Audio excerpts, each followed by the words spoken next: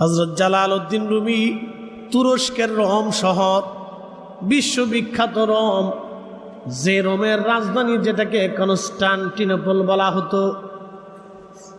Constantinople বিজয়ের জন্য রাসূল করিম শুভ সংবাদ দিয়েছিলেন আর বলেছিলেন, এই কনস্টান্টিনোপল যারা বিজয় করবে তারাই কতই না উত্তম এবং আল্লাহ তাদেরকে ক্ষমা করে দিবে, প্রত্যেকজন মুজাহিদকে আল্লাহ জান্নাতি বানাবে। কনস্টান্টিনোপল বিজয় করেছিলেন সুলতান ফাতে মুহাম্মদ, উসমানী খেলাফতের একজন বাদশা ছিলেন তিনি।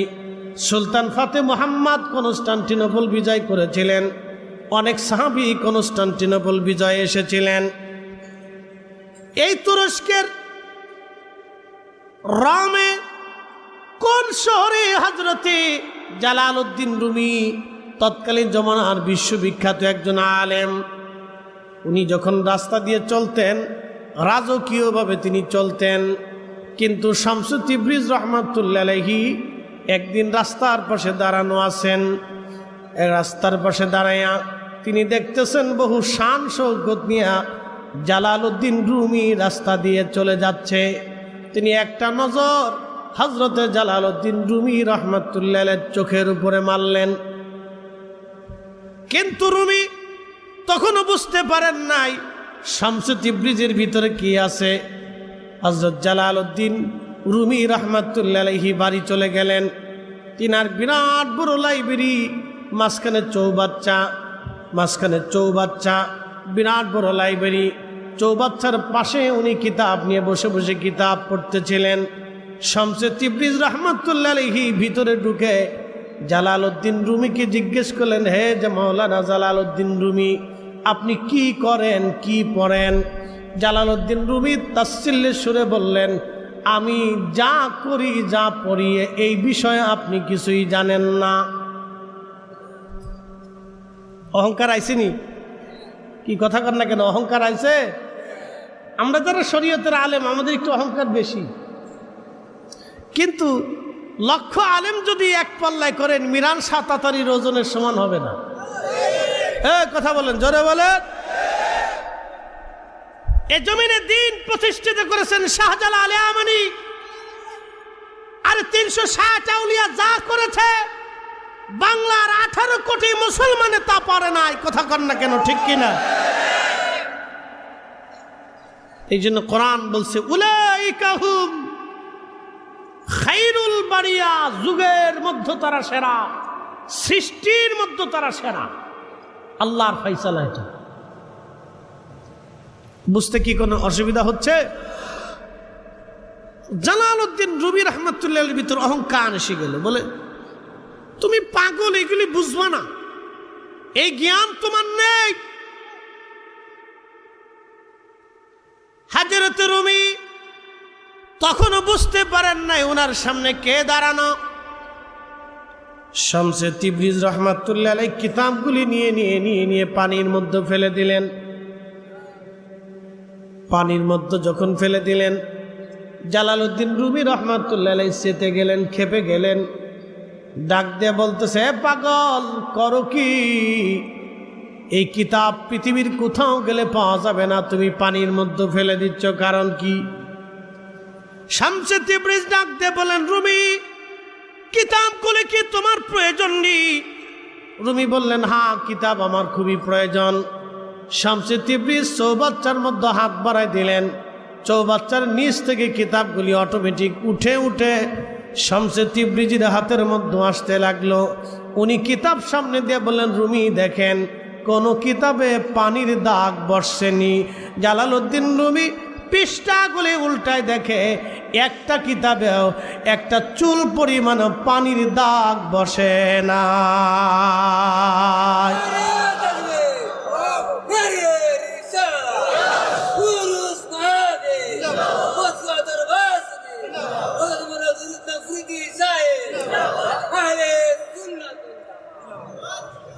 শামসে তিবরিজকে রুমি রাহিমাহুল্লাহ ডাক দিয়ে বলতেছে, হুজুর একটা কিতাবের মধ্যে পানির দাগ বসে নাই, এই বিদ্যা আপনি কোথা থেকে শিখেছেন?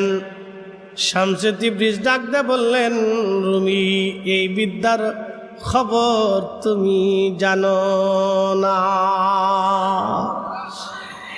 এলেমেরা বাহাদুরি, ধনের গৌরব দাও সারি। কি কষ্ট হচ্ছে আপনাদের, বোঝা যায়? এলেমেরা বাহাদুরি, ধনের গৌরব দাও সারি। কামেলের চরণ তলে, ওরে মুর্শিদের চরণ তলে, জীবনটুকু দাও ঢালি।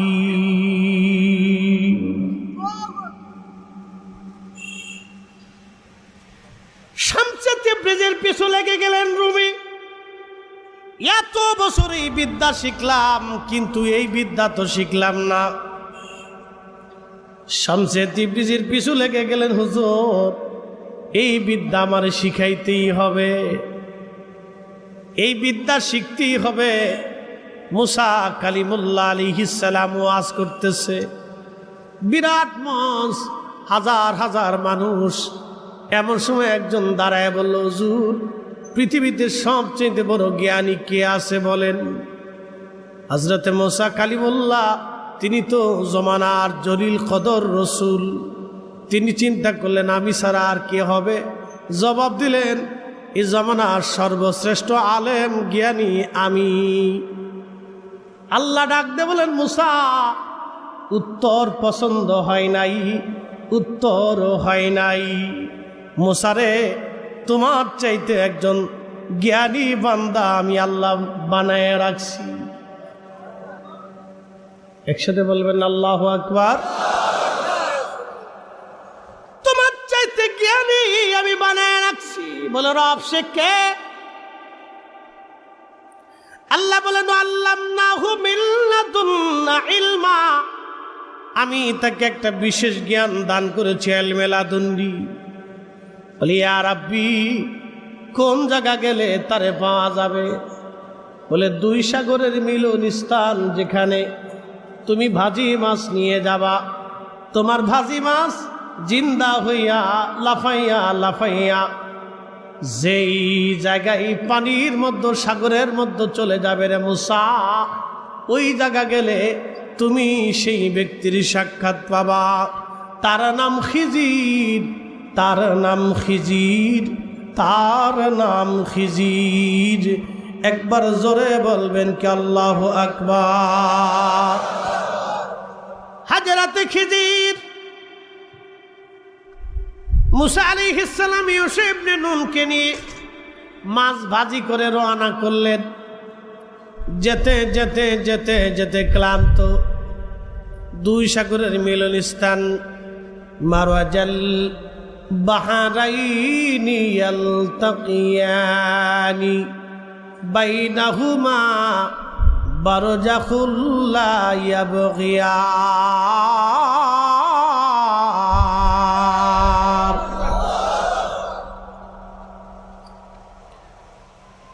হযরতে মুসা আলাইহিস সালাম ইউসা ইবনে নুনকে নিয়ে রওনা। ক্লান্ত হয়ে গেলেন, পাথরের উপরে মাথা দি, চাদর মুড়া দি মুসা আলাইহিস সালাম ঘুমিয়ে পড়লেন। ইউসা দেখতেছে ভাজি মাছটা জিন্দা হয়ে লাফি লাফি সাগরের মধ্যে চলে গেল। সেটা এমন একটা সাগর, এক পাশে ঘোলা পানি আর এক পাশে পরিষ্কার পানি। ঘোলা পানি পরিষ্কার পানিতে যায় না, পরিষ্কার পানিটা ঘোলা পানির ভিতরে আসে না। দুইটা সাগরের মিলন স্থান, পানি আর এক সাগরে যায় না, এই সাগরের পানি এই সাগরে যায় না। একসাথে বলেন, সেই সাগর এখনো আছে, ওইভাবেই চলমান। বলেন তো, সাগর কার আইন মানে? সাগর আল্লাহর আইন মানে। ও সাগর এখনো আছে, ওই পানি ওই রকম একটা ঘোলা আর একটা সবুজ, কোন সাগরের পানি কোন সাগরে যায় না।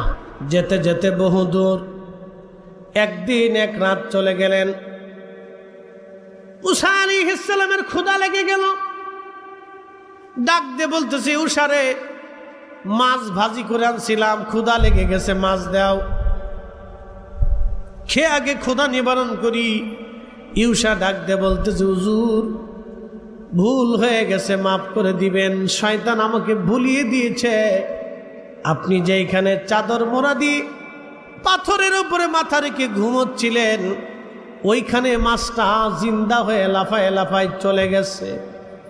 ইউসারে মুসা নবী ডাক দেখো, ইউসারে ওই জায়গার খোঁজই তো আমি করতেছিলাম, করছো কি? বড় সর্বনাশ হয়ে গেছে, তাড়াতাড়ি আবার চলো। যেতে যেতে যেতে যেতে যেতে যেতে ওইখানে যায় দেখতেছে আর একজন বান্দা ওই পাথরের উপরে মাথা দিয়ে সবুজ একটা চাদর মোড়া দিয়ে শুয়ে আছে। মুসা আলাইহিস সালাম যে সালাম দিলেন, আসসালামু আলাইকুম ওয়া রাহমাতুল্লাহ, চাদরের নিচ থেকে উত্তর দেওয়া হলো, আলাইকুম আসসালাম ওয়া রাহমাতুল্লাহ। এদেশে কি সালামের প্রচলন আসেনি? এদেশে কি সালাম দেওয়ার লোক আসেনি? খিজির আলাইহিস সালাম এই কথা বলার পরে মুসা আলাইহিস সালাম বললেন, হ্যাঁ আছে। বলে, কে আপনি? বলে, আমি মুসা। বলে, আপনি কি বনি ইসরায়েলের নবী মুসা? বলে, হ্যাঁ। বলে, আপনি কে? বলে, আমি খিজির। বলে, কি জন্য আপনি আমার কাছে আসছেন? বলে, মুসা বলতেছে, হুজুর আল্লাহ আপনার একটা বিশেষ জ্ঞান দান করছে, ওই বিশেষ জ্ঞানটা জানার জন্য আমি আপনার কাছে চলে আসছি। খিজির আলাইহিস সালাম ডাক দেয়া বলতেছে, মুসারে আপনি তো এই বিশেষ জ্ঞানটা জানতে চান, আমার সাথে তো আপনি ধৈর্য ধরতে পারবেন না। এই জ্ঞানের জন্য কি লাগবে? কথা কর না কেন? কি লাগবে? আর জোরে বলেন, কি লাগবে? ধৈর্য। ধৈর্য এক নম্বরে ধৈর্য, দুই নম্বরে প্রেম। দুইটা কারণে হযরত আবু বকর সিদ্দিক রাদিয়াল্লাহু আনহু দামি হলেন। একটা কারণ না, কারণ হলো দুইটা। এক নম্বর ধৈর্য, দুই নম্বরে প্রেম। হযরত আবু বকর সিদ্দিক রাদিয়াল্লাহু আনহু ধৈর্য প্রেম ছাড়া তিনি রসুল পান নাই। ধৈর্য এবং প্রেম দিয়া তিনি নবী কিনেছিলেন। পৃথিবীর সমস্ত কাফেররা যখন তার বিরুদ্ধে ছিল, হযরত আবু বকর সিদ্দিক রাদিয়াল্লাহু আনহু তখন নবীর ডান হাত। গভীর রাত্রিবেলা জাবালে ওমর, পাহাড় এখন আর নাই, জাবালে ওমরের পাশেই জাবালে আবু বকর। এখানেই হযরত আবু বকর রাদিয়াল্লাহু আনহুর বাড়ি ছিল। নবীজি রাতের হিজরতের রাতে হেঁটে হেঁটে এসে গভীর রাত্রে আবু বকরের ঘরের দরজার মধ্যে টোকা দিয়ে বললেন, আবু বকর দরজা খুলেন। সাথে সাথে দরজা খুলে গেল, একটা সেকেন্ডও দেরি হয় নাই। নবীজি জিজ্ঞেস করলেন, আবু বকর আপনি কি ঘুমান নাই? সিদ্দিক আকবর ডাক দিয়ে বলতেছেন, ইয়া রাসূলুল্লাহ, বহুদিন আগে আপনি বলেছিলেন হিজরত করা লাগতে পারে গো নবী। আমি সেই দিন রাত্রিবেলা থেকে দরজায় হেলান দিয়ে দাঁড়িয়ে থাকি, সারা রাতে একটা মুহূর্তের জন্য আমি বিছনায় পিঠ লাগাই নাই। হুজুর আপনি আসবেন, আপনার অপেক্ষায় আমি আবু বকর সারা রাত্র দরজার সাথে হেলান দিয়ে দাঁড়ায় থাকি, আপনি কখন আসবেন সে আশায়। একবার জোরে বলা যাবে কি ইয়া রাসূলুল্লাহ?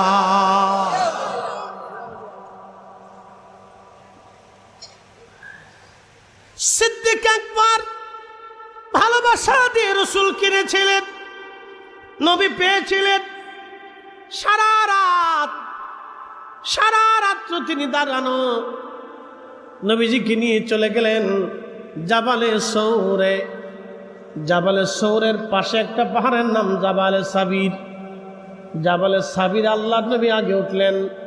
দালাইলুন নবুয়তের মধ্যে এসেছে জাবালে সাবিরে নবী আগে উঠলেন। জাবালে সাবিরে নবীকে সালাম দেয়। আসসালাতু আসসালামু আলাইকা ইয়া রাসূলুল্লাহ। নবীজি আপনি আমার উপরে আসছেন, আমার মধ্যে তো কোনো গুহা নাই। হুজুর আপনি যদি আমার উপর অবস্থান করেন, কাফেররা এসে আমার উপরে আপনাকে আঘাত করবে। কঠিন হাসরের ময়দানে আমি পাহাড় আল্লাহর কাছে কি জবাব দিব? নবীজি পার্শ্ববর্তী পাহাড় জাবালে সৌরে গুহা আছে, আপনি এখানে চলে যান। জাবালে সৌর নবীকে সালাম দিল। আল্লাহ নবী জাবালে সৌরে চলে গেলেন। গুহার মধ্যে নবীজি প্রবেশ করলেন। প্রবেশ করার পরে একটা কবুতর আসলো। কবুতর এসে বাসা বানাইল। মাকড়সা আসলো। মাকড়সা এসে গুহার সামনে জাল বুনাইয়া পুরা গুহার দরজাটা ঘিরে ফেলল। এক কচুয়ার আল্লাহর ওলি হযরতে কুতুবুল ইরশাদ মিরান শাহ তাতারি রাহমাতুল্লাহ আলাইহির মুহিব্বিনেরা শুনিয়া যান। যেই কবুতরে সেই দিন ডিম পেড়েছিল, আজকেও যদি আপনি হেরেমে যান, হেরেমের চারপাশে দেখবেন হাজার হাজার লাখে লাখে কবুতর, হাজার হাজার লাখে লাখে কবুতর। একটা কবুতর কেউ ধরবে না, মারবে না, ছুবে না, তাড়াবে না। কবুতরগুলি বিল্ডিংয়ের কোনা কোনা কোনা দিয়ে পাহাড় পাহাড় দিয়ে হেরেম দিয়ে ঘুরে বেড়ায়। হাজিরা কবুতরকে খাবার খাওয়ায়। সেই কবুতর এই কবুতরের বংশধর প্রথম আমার নবীর হিজরতের গুহাতে ডিম পেড়ে আমার রসুলকে নিরাপত্তা দিতে চেয়েছিল। এই কবুতর ডিম পাড়িয়ে রসুলকে ভালোবাসা দিয়েছিল। সেই কবুতর এখনো হেরেম ভরা। একসাথে বলা যাবে কি আল্লাহু আকবার। কবুতরের ভাগ্য খুলে গেল। কবুতরের ডিম পারল কয় কবুতর? কথা বুঝেন নাই মনে হয়। ডিম পারছে কয় কবুতর? হ্যাঁ, ভাগ্য খুলছে কত কবুতরের? কিয়ামত পর্যন্ত যত কবুতর আসবে সব কবুতরের ভাগ্য খুলে গেল। হযরতে ইব্রাহিম খলিলুল্লাহর আগুনের ভিতরে প্রচন্ড আগুন। একটা ব্যাঙ আস্তে করে দেয় পিঠ লাগাইয়া কোন রকম পেশাব সারতেছে। আল্লাহ ডাক দিলেন, ব্যাঙ পেশাব সারো কেন? বলে রব্বুল আলামিন ইব্রাহিমের আগুন আমি নিভাইতেছি। আল্লাহ বলে, ব্যাঙ রে, তোমার এই সামান্য পেশাবে ইব্রাহিমের আগুন কি নিভবে? ব্যাঙ বলে, রব আমি জানি নিভবে না, কিন্তু কিয়ামতের ময়দানে আমি বলতে পারবো। আল্লাহ আমি বলতে পারবো আমার এই সামান্য পেশাব দিয়ে হলেও ইব্রাহিমের আগুন নেভানোর চেষ্টা করেছিলাম। একসাথে বলেন আল্লাহু আকবার। না না, আরো জোরে বলেন, জোরে বলেন, জোরে জোরে জোরে জোরে হাত উঁচা করে বলেন।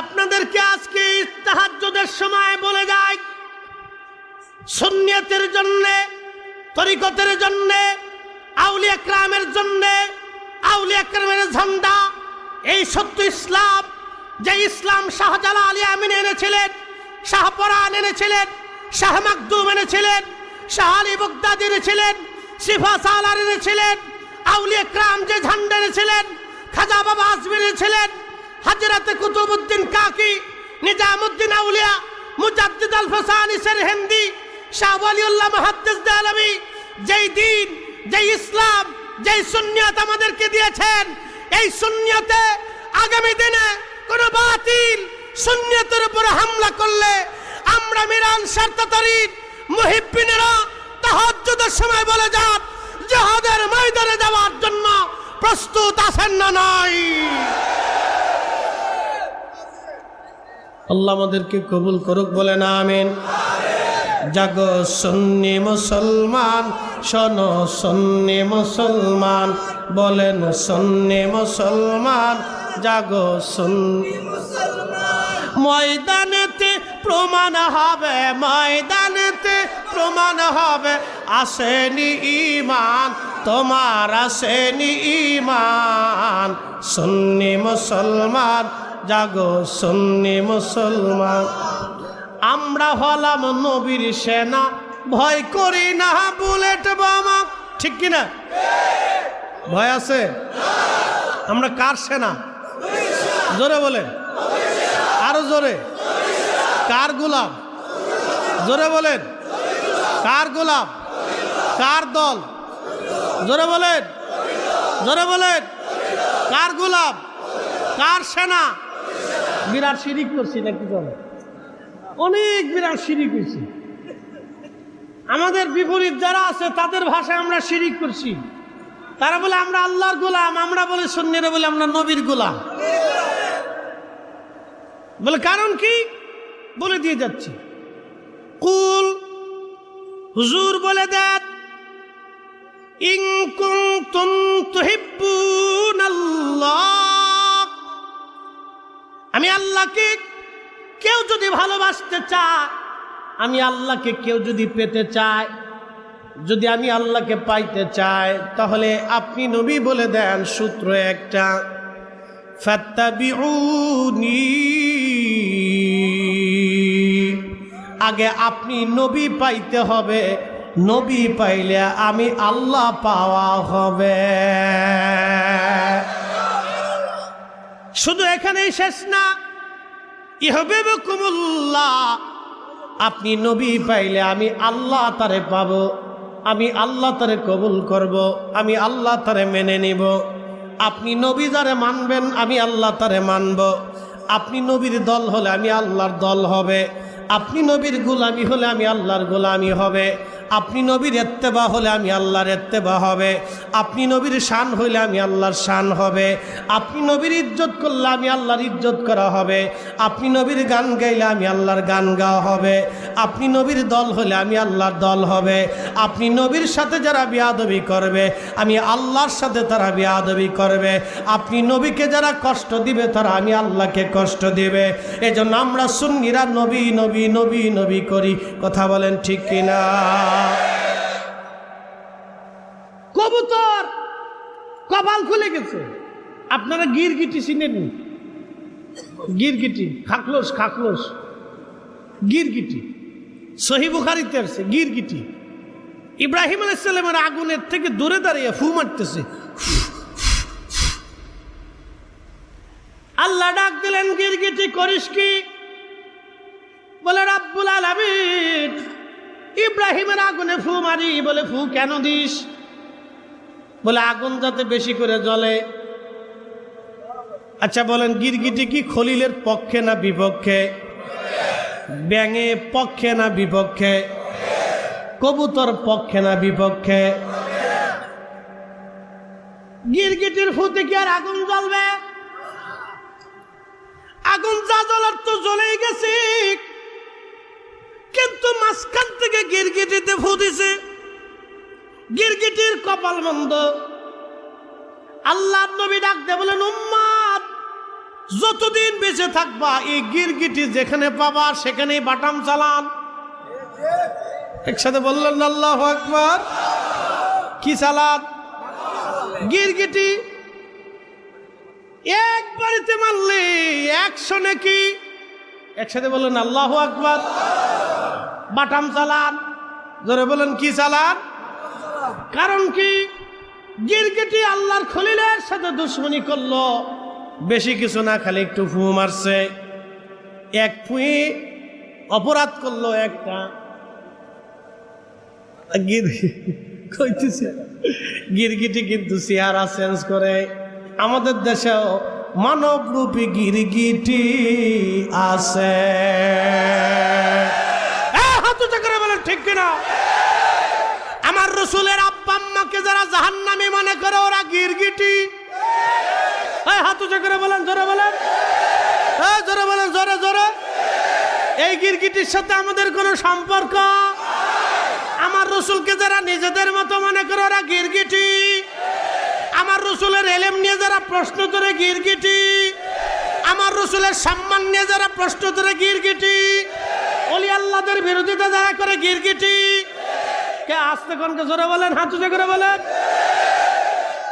গিরগিটি পাওয়া গেছে তো, হ্যাঁ গিরগিটি আছে, মানব রূপেও কিছু গিরগিটি দুনিয়াতে আছে। বুঝতে কি কোনো অসুবিধা? হ্যাঁ, কবুতরের ডিম পারছে, এখনো কবুতরের ভাগ্য খুলে গেছে। ডিম পারছে কয় কবুতর? হেরেমে আছে কত কবুতর? কোটি কোটি কবুতর। 1450 বছর ধরে কোটি কোটি কবুতর চলে গেছে, ঠিক কিনা? ডিম পারলে এক কবুতর, ভাগ্য খুলে গেলে সব কবুতর। পেশাব করলো এক ব্যাং, কপাল খুললো সব ব্যাং। ফু দিল এক গিরগিটি, কপাল মন্দ হলো সব গিরগিটি। তাহলে আপনারা যারা মিরান শাহ তাতারী রহমাতুল্লাহের মুহিব্বিন, আপনার বংশের কেউ না কেউ আল্লাহর ওলির ভালোবাসা নিয়ে কবরে যাওয়ার কারণে আপনার নসলে নসিবে ওলি আল্লাহর মহব্বত এসে গেছে। আমরা সুন্নি হতে পেরেছি, কথা কন না কেন? বংশের কেউ এই পুণ্য কাজ করছিল। কষ্ট হচ্ছে আপনাদের না? বুঝে গেছেন? একবার জাগা মতো হাত মেরে দিছি, একবার জাগা মতো হাত মেরে দিছি। জানবে যে বুঝার সে বুঝে। ওয়াজ করলে কি লাভ, শুনলে কি লাভ? লাভ হবে তার আমলে, আমলেও লাভ হবে না। নবী প্রেম না থাকলে দিলে, নবী প্রেম থাকলে দিলে লাভ হবে কম আমলে। সুপারিশ করবে নবী রোজ হাসরের ময়দানে। জ্ঞানী যারা বুঝে তারা শুধু ইশারা, নাদানের বুঝাইতে পারে আছে কে কোথায়। জ্ঞানীর মতো জ্ঞানী হলে অল্প কথায় বুঝে, কচুর মতো কচু হলে অল্প জালে সেজে। দুই ভাই শ্বশুর বাড়ি বেড়াইতে গেছে, তো বড় ভাই চিন্তা করলে একা যাবো তো ছোটটারে লয়ে যায়, তো দুজন একসাথে গেছে। আর মা চিন্তা করে জামাইরে খাওয়াই আর না খাওয়াই, পুত্রারে যদি কায়দা মতো না খাওয়ায় তো বাজ্যে দুর্নাম করবে। তো সুন্দর করিয়া বীরের হাওরের মাছ, বিভিন্ন কোয়ালিটির মাছ টাছ দিয়ে পুত্রারে খুব সুন্দর মতো খাওয়াইছে কয়েকদিন। তো বিদায় নেওয়ার সময় এক শিশি আতর দিয়ে বলতেছে, বাবাজি আমরা গরিব মানুষ, তোমার তাও সব বিদেশ থাকতো কিছু আতর আনছিল সৌদি আরব থেকে, বাবা এই আতরটা তোমার দিলাম, তুমি নিয়ে আও। তো বলদা পুত্রা এই আতর দিকে মনে করছে বিরাট দামি মধু, ও মুটকা খুলে হাতের মধ্যে নিয়ে সাইটে খায়। আর মা সব চিন্তা করে এটা কোন বলদের ঘরের বলদ রে, আতর দিলাম গায়ে লাগানোর লেগে যদি সাইটে সুইটে খায়, এটা কি বলদারে। আচ্ছা জামাই আসুক দেখি জামাই কি কর। তো জামাই বাবাজি আসছে, কি বাবাজি এদিকে আসেন তো। তো আসছে, আসার পরে বলতেছে আম্মা জান ডাকতেছেন কারণ কি? বাবা এই তোমার ছোট ভাই কি বলদা টলদা নাকি? বলে আম্মা কেন? তোমার শ্বশুর আব্বা বিদেশ থাকতো কিছু আতর টাতর আনছিল, বাবা আমরা গরিব মানুষ কিছু দিতে পারি নাই, তো তোমার ছোট ভাইটা চলে যাবে, এক শিশি আতর দিলাম, তো মুটকাটা খুলে আতের মধ্যে ঢাইলে মধুর মতো সাইটে খাইও।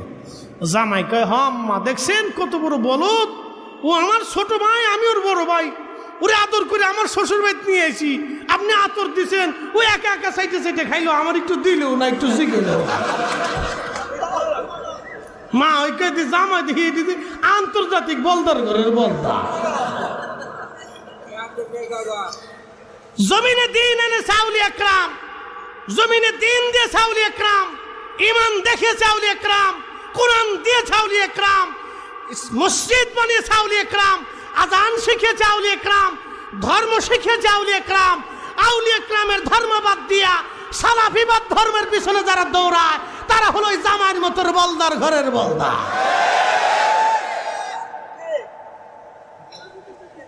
ঠিক কইছেন তো? বুঝছে কেন? কিন্তু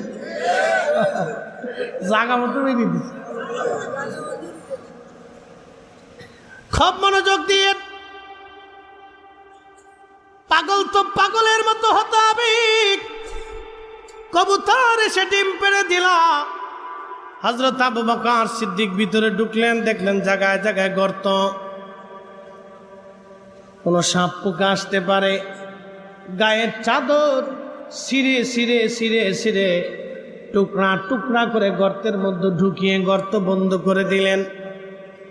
একটা গর্ত তখনও বন্ধ হয় নাই, একটা গর্ত তখনও খোলা, কিন্তু কাপড় শেষ হয়ে গেছে। সিদ্দিক আকবর তিনি পাটা দিয়ে বসে গেলেন। আল্লাহর নবী বলেন, আবু বকর আমার একটু বিশ্রামের দরকার। হযরত আবু বকরের উরু মুবারকে আমার প্রিয় নবী মাথা মুবারক রেখে ঘুমিয়ে পড়লেন। ভালোবাসা কারে কয় দেখেন, ভালোবাসার মতো ভালোবাসতে হবে, ভালোবাসার মতো ভালোবাসতে হবে। ভালোবাসা কাকে বলে? তরিকতের নামই হলো ভালোবাসা। ভালোবাসা ভালোবাসা এই ভালোবাসার জন্য আল্লাহ মানব জাতি বানিয়েছেন। আল্লাহর কারো সাথে প্রেম হয় নাই, প্রেম আল্লাহ মানব জাতির সাথে হয়েছে। পৃথিবীতে 4 লক্ষ প্রজাতির জীব আছে, জীবন আছে।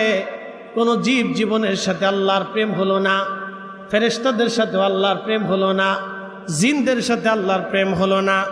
কারণ জিনদের মধ্যে খাজা বাবা আজমিরি নাই, জিনদের ভিতরে হুজুর গাউসে পাক নাই, জিনদের ভিতরে শাহজালাল ইয়ামানি নাই, জিনদের ভিতরে মিরান শাহ তাতারি নাই, জিনদের ভিতরে শিফা সালান নাই, জিনদের ভিতরে খাজা বাবা আজমিরি নাই, জিনদের ভিতরে মুজাদ্দিদ আল ফেসানি নাই, জিনদের ভিতরে নিজামউদ্দিন আউলিয়া নাই। সব ওলি যত আছে, নবী যত আছে, রসুল যত আছে, সব মানব জাতির ভিতরে। কথা কয় আল্লাহ বানাইলেন কত জাতি,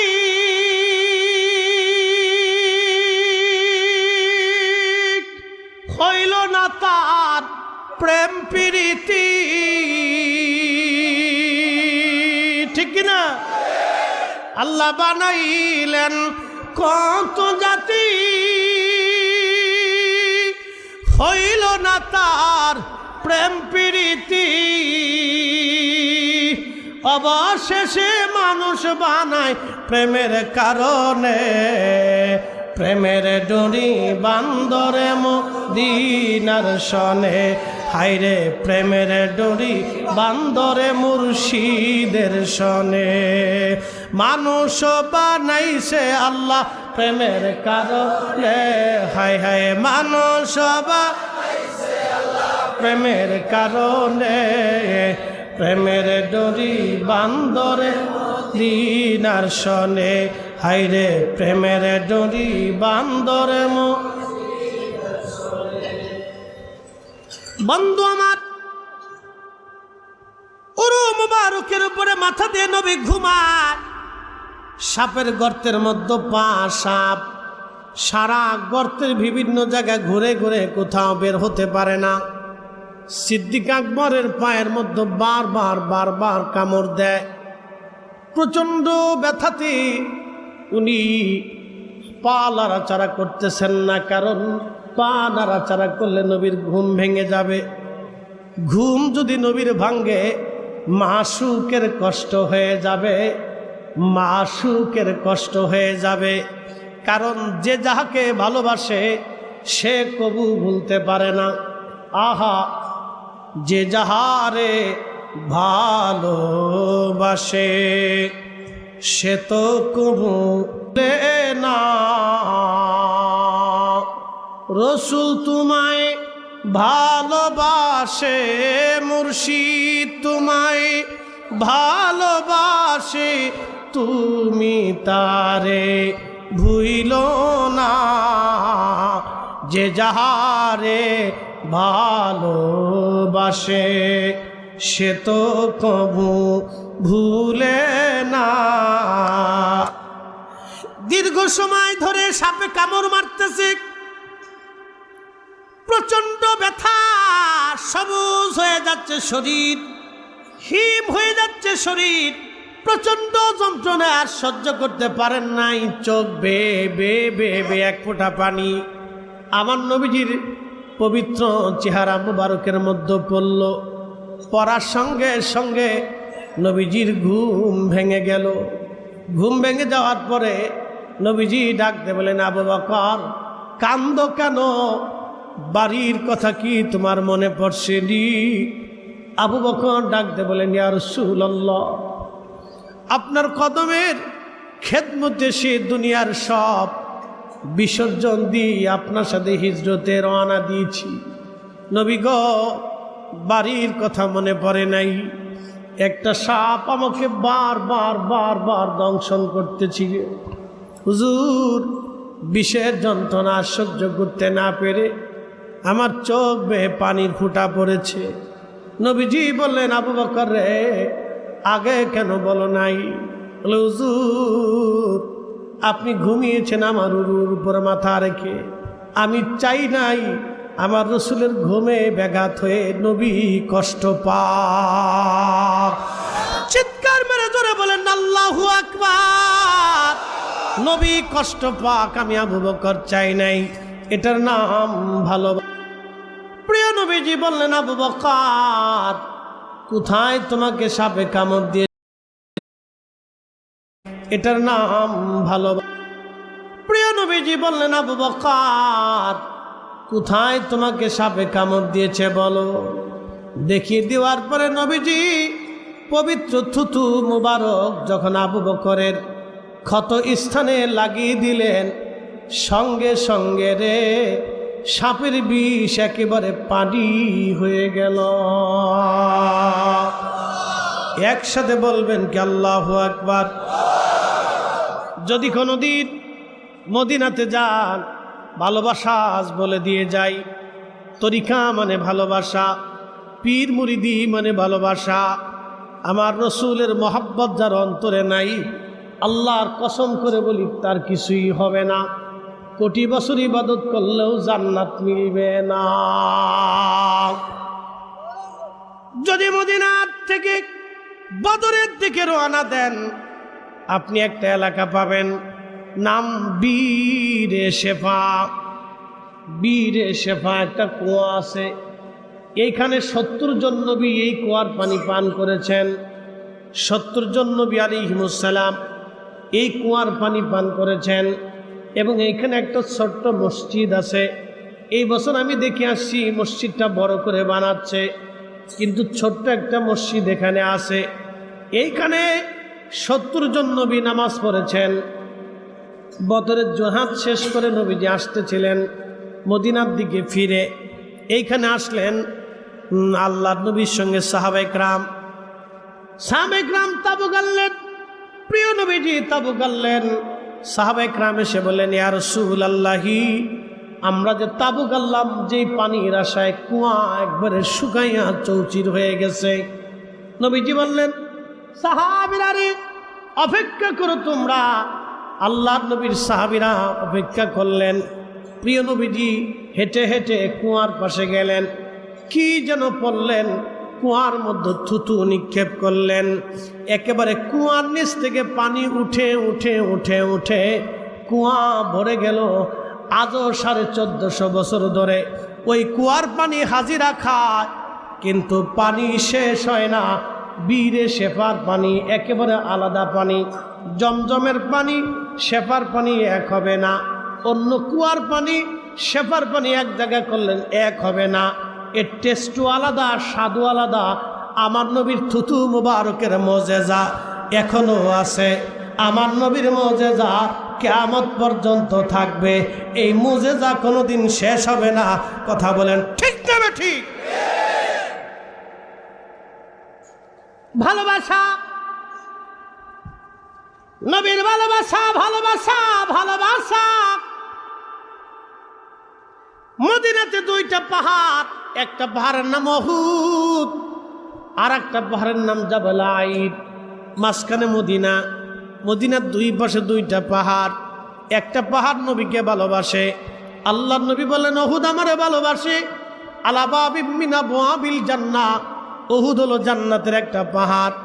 আমার উম্মতেরা জান্নাতে ঢোকার সঙ্গে সঙ্গে উহুদ পাহাড়টাকে তোমরা জান্নাতের দরজায় পাবা। আর একটা পাহাড় আছে জাবাল আইদ, সেই পাহাড়ের নাম হলো জাবালে নার। জাবালে নার। হুজুর কোন জায়গা বলে দিয়ে যায়? মদিনার থেকে ইহরাম বাঁধার জন্য যেই মসজিদে আপনি যাবেন, এই মসজিদের নাম মসজিদে জুলহুলাইফা। এই মসজিদের বাম পাশে আপনি একটা পাহাড় পাবেন। এই পাহাড়ের নাম হলো জাবালে আইদ, আর একটা নাম হলো জাবালে নার। জাবালে নার কেন? আল্লাহর নবী বলতেন, আমার উম্মতেরা এই পাহাড়টা আমার সাথে দুশ্মনী রাখে, কিন্তু উহুদ আমারে ভালোবাসে। আমি নবী উহুদরে ভালোবাসি। শুধু ভালোবাসার কারণে একটা পাহাড় আল্লাহর জান্নাতে চলে যাবে, আর আমার রসুলের সাথে দুশ্মনী রাখার কারণে, বেয়াদবি করার কারণে একটা পাহাড় জাহান্নামে চলে যাবে। সেই পাহাড়ের নাম জাবালে নার, জাবালে আইদ। এই জন্য মদিনাতে আপনি দেখবেন মদিনার মাঝখানে দুইটা পাহাড়, দুই পাশে একটা উহুদ আর একটা জাবালে আইদ। এই জন্য আপনাদের কাছকে বলে দিয়ে যাই, আলেমদের ভিতরে দুই ধরনের আলেম হবে। এক দলকার আলেম হুব্বে রসুল নিয়ে কাজ করবে, আর এক দল আলেম আল্লাহ রসুলের শানকে ছোট ছোট করে দেখবে। এই জন্য চিন্তিত হওয়ার কিছু নাই, কারণ মদিনার থেকে বুঝে যাবেন এক পাহাড় নবীরে ভালোবাসে, আর এক পাহাড় নবীর সাথে বিয়াদবি করে। এক পাহাড় জান্নাতি, আর এক পাহাড় জাহান্নামী। অতএব আল্লাহ রসুলের ভালোবাসা যার মধ্যে থাকবে সেই হলো অরিজিনাল জান্নাতি। জান্নাতি কথা বলেন ঠিক কিনা? জুনাইদ বাগদাদী রেখে বললেন, বেটারি কোরআনের সে আয়াতকে তুমি পড়ো নাই, ইন্না রাহমাতাল্লাহি করিবুম মিনাল মুহসিনিন। নিশ্চয় আল্লাহর রহমত আমার মুহসিন বান্দাদের নিকটবর্তী। বেটারে তুমি কি বুঝো নাই? আমার পাশে বসে থাকার কারণে আমার খাদেমের বাতাস আমার গায়ে লাগে, তোমার গায়েও লাগে। অতএব আল্লাহর ওলিদের নিকটবর্তী যারা হয়, ওলিদের সোহবত যারা নেয়, ওলিদের মহাব্বতে যারা বসে, ওলিদের দর্শে যারা বসে, ওলিদের মজলিসে যারা আসে, ওলিদের জিয়ারতে যারা বসে, ওলিদের উপরে যে আল্লাহর রহমত নাজিল হয়, এই রহমত থেকেও তারা নিরাশ হয় না। আল্লাহ তাদেরকেও সেই রহমতের আওতার ভিতরে নিয়ে চলে আসে। একবার আওয়াজ তুলে বলা যাবে কে মারহাবা। বিশ্ববিখ্যাত আল্লাহর ওলি জুনাইদ আল বাগদাদী রাহমাতুল্লাহ আলাইহি, তিনি একজন কুস্তিগীর ছিলেন। একজন আল্লাহ রসুলের আওলাদকে সম্মান করে আমার নবী থেকে কবুল করে এক ফুয়ুজিতে অলি বানাই দিয়েছিলেন। আল্লাহর অলির খেদমতে একজন মুরিদ দৌড়া এসে বসে গেল, হুজুর কোরআনের একটা আয়াতের মর্ম আমি বুঝতে পারতেছি না। আল্লাহর অলি জবাব দিলেন, বেটা কোন কোরআনের আয়াত? কোরআনের কোন আয়াত এবং কিসের মর্ম তুমি বুঝো না? মুরিদ বলতেছে, হুজুর আল্লাহ কোরআনে বললেন, ইয়া আইয়ুহাল্লাযীনা আমানুত্তাকুল্লাহা ওয়া কুনু মা'আস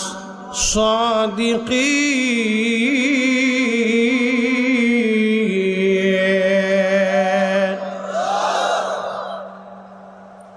আচ্ছা বলেন, কোরআনের একটা আয়াত মানবো আর একটা আয়াত মানবো না, তা হবে কি? হ্যাঁ, আল্লাহর ওলি বললেন, বাবা কি বুঝো নাই তুমি বানাও। মুরিদ ডেকে বলতেছে, হুজুর প্রথমে তো আল্লাহ বলেন ইয়া আইয়ুহাল্লাযীনা আমানুত্তাকুল্লাহ, আল্লাহকে ভয় করতে বললেন। আল্লাহকে ভয় করতে বললেন। আল্লাহকে ভয় করার জন্য তো নামাজ শর্ত, আল্লাহকে ভয় করার জন্য তো রোজা শর্ত, আল্লাহকে ভয় করার জন্য তো যাকাত শর্ত, আল্লাহকে ভয় করার জন্য তো হজ শর্ত, আল্লাহকে ভয় করার জন্য তো হালাল খাদ্য শর্ত, আল্লাহকে ভয় করার জন্য তো আল্লাহ যত আইন দিলেন, যতটা হুকুম দিলেন মানতে হবে, যতটা নিষেধ করলেন ছেড়ে দিতে হবে। ইত্তাকুল্লাযী আল্লাহ আমলের কথা বলে দিলেন, সব আমল, একটা আমল আল্লাহ বাদ রাখেন নাই। কিন্তু পরের শব্দে আল্লাহ আরেকটা শব্দ উচ্চারণ করলেন, ওয়াকুনু মা'আস সাদিকিন।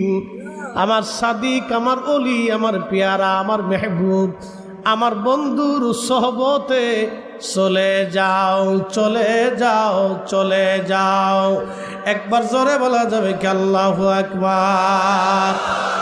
মুর্শিদের চরণ বিহনে এ জীবন মিশে। ওরে আল্লাহ নবীর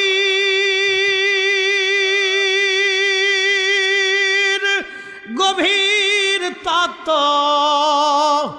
ওরে আল্লাহ নবীর গভীর তত্ত্ব কামেলের কাছে মুর্শিদের চরণ বিহনে এ জীবন মিশে। ঠিক না? ওলি যারে দয়া করে আউলিয়া বা নাইতে পারে। কি কথা কন না কেন? বিশ্বাস আছে? ওলি যারে দয়া করে আউলিয়া বা নাইতে পারে, ওরে এক পলকে নিতে পারে মদিনা শহর। ঠিক কিনা? মুর্শিদের চরণ বিহনে এ জীবন মিশে। ভাইরে, মুর্শিদের চরণ বিহনে এ জীবন মিশে। শামসে তিবরিজ সালার চটের মতো মোটা পোশাক পরে, উলের কাপড় পরে জুব্বা বানাইলেন, জায়গায় জায়গায় তালি দেওয়া, সিরা, চুল এলোমেলো, দাড়িগুলিও তার এলোমেলো। দেখলে মনে হয় একজন মজ্জুব, একজন পাগল, দুনিয়া বিরাগী। আল্লাহর দুনিয়াতে এরকম কিছু মজ্জুব আছে যারা পৃথিবীতে মুজাহাদা করে থাকেন, দুনিয়া বিরাগী হয়ে থাকেন। যদিও তারা দুনিয়া বিরাগী, কিন্তু তারা আল্লাহ পাওয়ার জন্য বের হয়েছেন। এদের মধ্যে একজন ছিলেন হযরত উওয়াইস আল কারনী রাদিয়াল্লাহু আনহু, যিনি দুনিয়া বিরাগী, সালার চটের মতো মোটা পোশাক পরে গরিবত্ব হালত নিয়ে সারা জীবন কাটিয়ে দিয়েছেন। কিন্তু চোখের কোণায় ক্ষুধার ভয়ে তার পানি জমে থাকত। একবার জোরে বলা যাবে কি আল্লাহু আকবার। আল্লামা ইমাম আবুল ফারাজ ইবনুল জৌজি রাহিমাহুল্লাহ 900 বছর আগে ওনার জীবনীর উপর একটা কিতাব লিখেছেন। অনেক ঘটনায় তিনি লিখেছেন। উয়ুনুল হাকায়াতের মধ্যে তিনি হযরতে ওয়াস আল কারনী রাদিয়াল্লাহু আনহুর কথা তুলে ধরেছেন। খুব মনোযোগ দিবেন।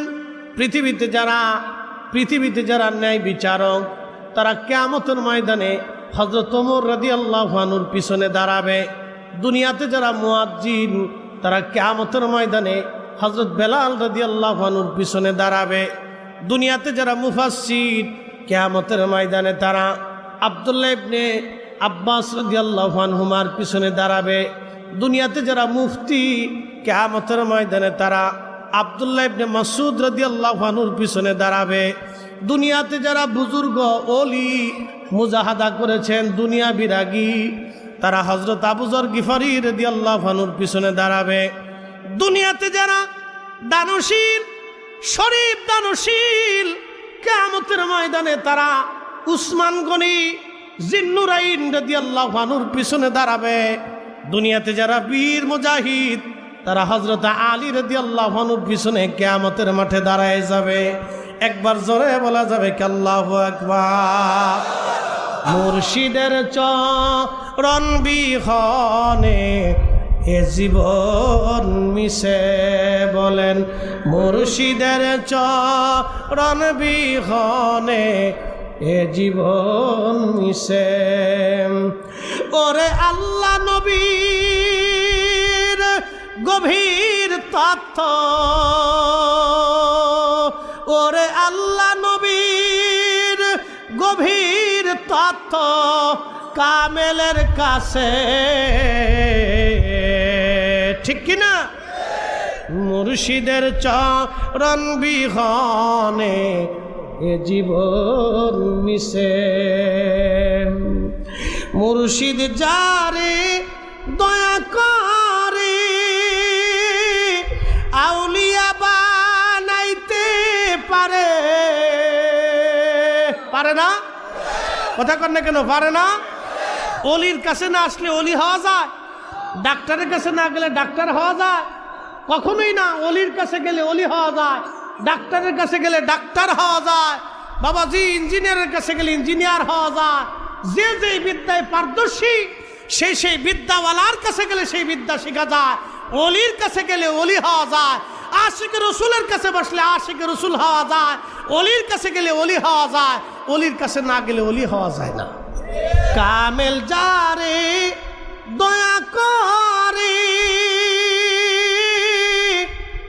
আউলিয়া বানাইতে পারে, ওরে এক পলকে নিতে পারে মদিনা শহর।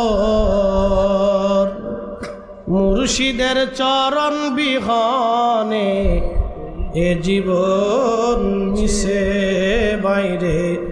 মুর্শিদের চরণ বিহনে এ জীবন মিশে। এই জন্য জিকির যারা বেশি বেশি দুরূদ পড়ে তারা ঘুমায় ঘুমাও দুরূদ পড়ে। কি কথা কন না কেন?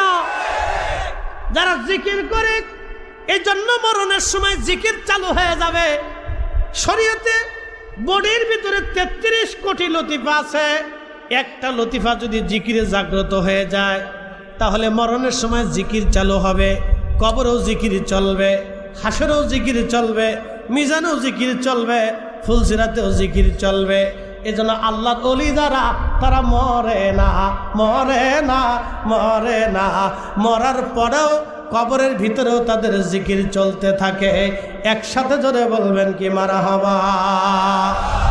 তাহলে আসেন জবানটা খুলে দেন, একসাথে কিছু সময় আমরা জিকির করি।